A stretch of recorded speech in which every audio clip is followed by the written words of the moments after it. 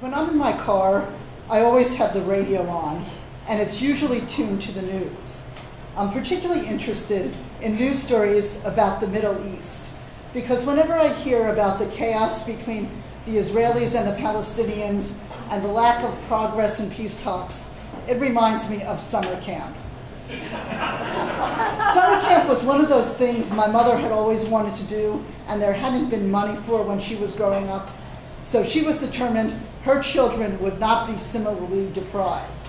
So my parents scoured the New York Times summer camp ads for a camp that met their two criteria. One, it had to have some sort of Jewish content, and two, it had to be cheap.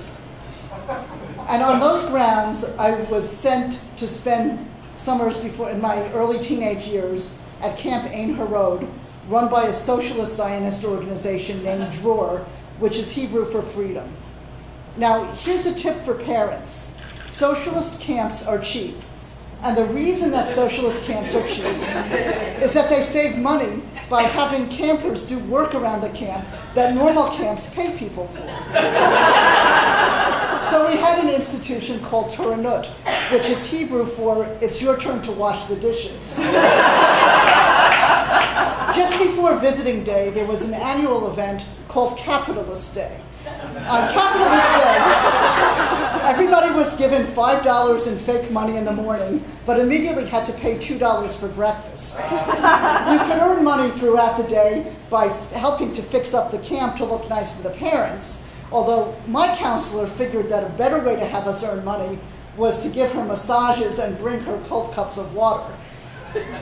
At the end of the day, you could use your money to buy a nicer dinner than you would get otherwise, which mostly meant that there were actual tablecloths on the tables.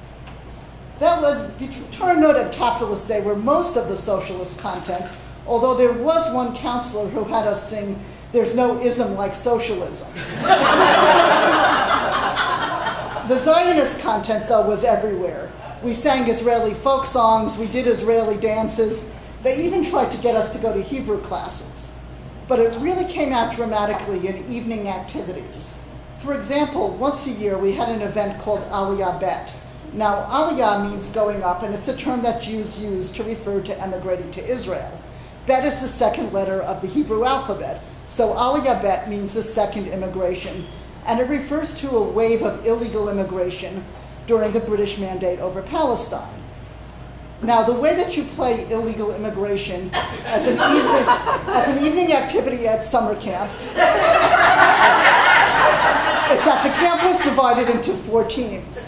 3 teams were Jews trying to sneak into Palestine, the camp, while the 4th team were British and were trying to capture the illegal immigrants. If you were on one of the Jewish teams, you were driven a few miles from camp and had to walk back along the dark Catskill roads.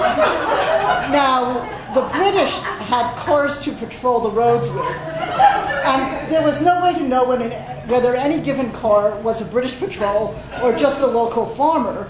So whenever we saw a car, we all jumped into the ditch at the side of the road and lay flat until the car passed. This had another consequence because, well, there's a certain plant that grows wild throughout the Catskills, and the infirmary did a roaring business in calamine lotion for some time after. Once you got to the camp, the British were everywhere, and the only thing to do was to run for it. Well, I had this brilliant idea that I could run faster if I took off my glasses, because then I wouldn't have to worry about them falling off. The only catch was that then I couldn't actually see where I was going. So I ran as fast as I could, smack into the swimming pool fence. Only my dignity was injured, but I was quickly captured by a British patrol. And the few people who got through, and there were very few indeed, were rewarded by getting out of their next turn of dishwashing. An even more dramatic event was Hityashvut, which is Hebrew for settlement. Now, you don't build an illegal settlement in broad daylight. So for Hityashvut, we were woken up at 3 in the morning, taken to the gym, and divided into 5 teams. This time the Arabs got a team also. All of the teams had to go and build their settlements. The Israelis built kibbutzim, the British built a fort, and the Arabs built a village. all of which were identical. There was a fence, watchtowers, a kitchen area, latrine, and so on. And we spent all day building our settlements. And at sunset, the head counselor came around and marked off the quality of all of our construction work. And then we played the game that was the real point of the activity. If the people who were in the kibbutzim had to smuggle messages and guns from one kibbutz to another. The way this worked was everybody got a pass, and if you were captured, your pass was taken. Well, I had a jacket that had an inside pocket. It was one of those reversible things. And so I put my pass and a message for another kibbutz in the inside jacket, strolled out of my kibbutz, and when I was stopped by a group of British or Arabs, I pulled out my outside pockets and claimed I had already been taken. So I went unmolested to another kibbutz. And I went back and forth smuggling messages this way for quite some time.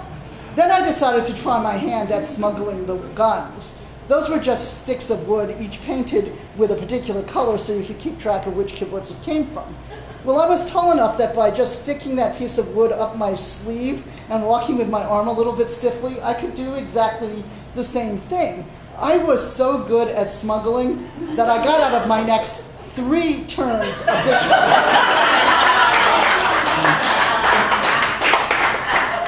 So now when I'm sitting in my car and I hear about this failure in the Middle East, and oh, here's another attack, and people don't want to sit down and talk and negotiate, I think it would really be very, very simple. All you need to do is get negotiators who want to get out of washing dishes.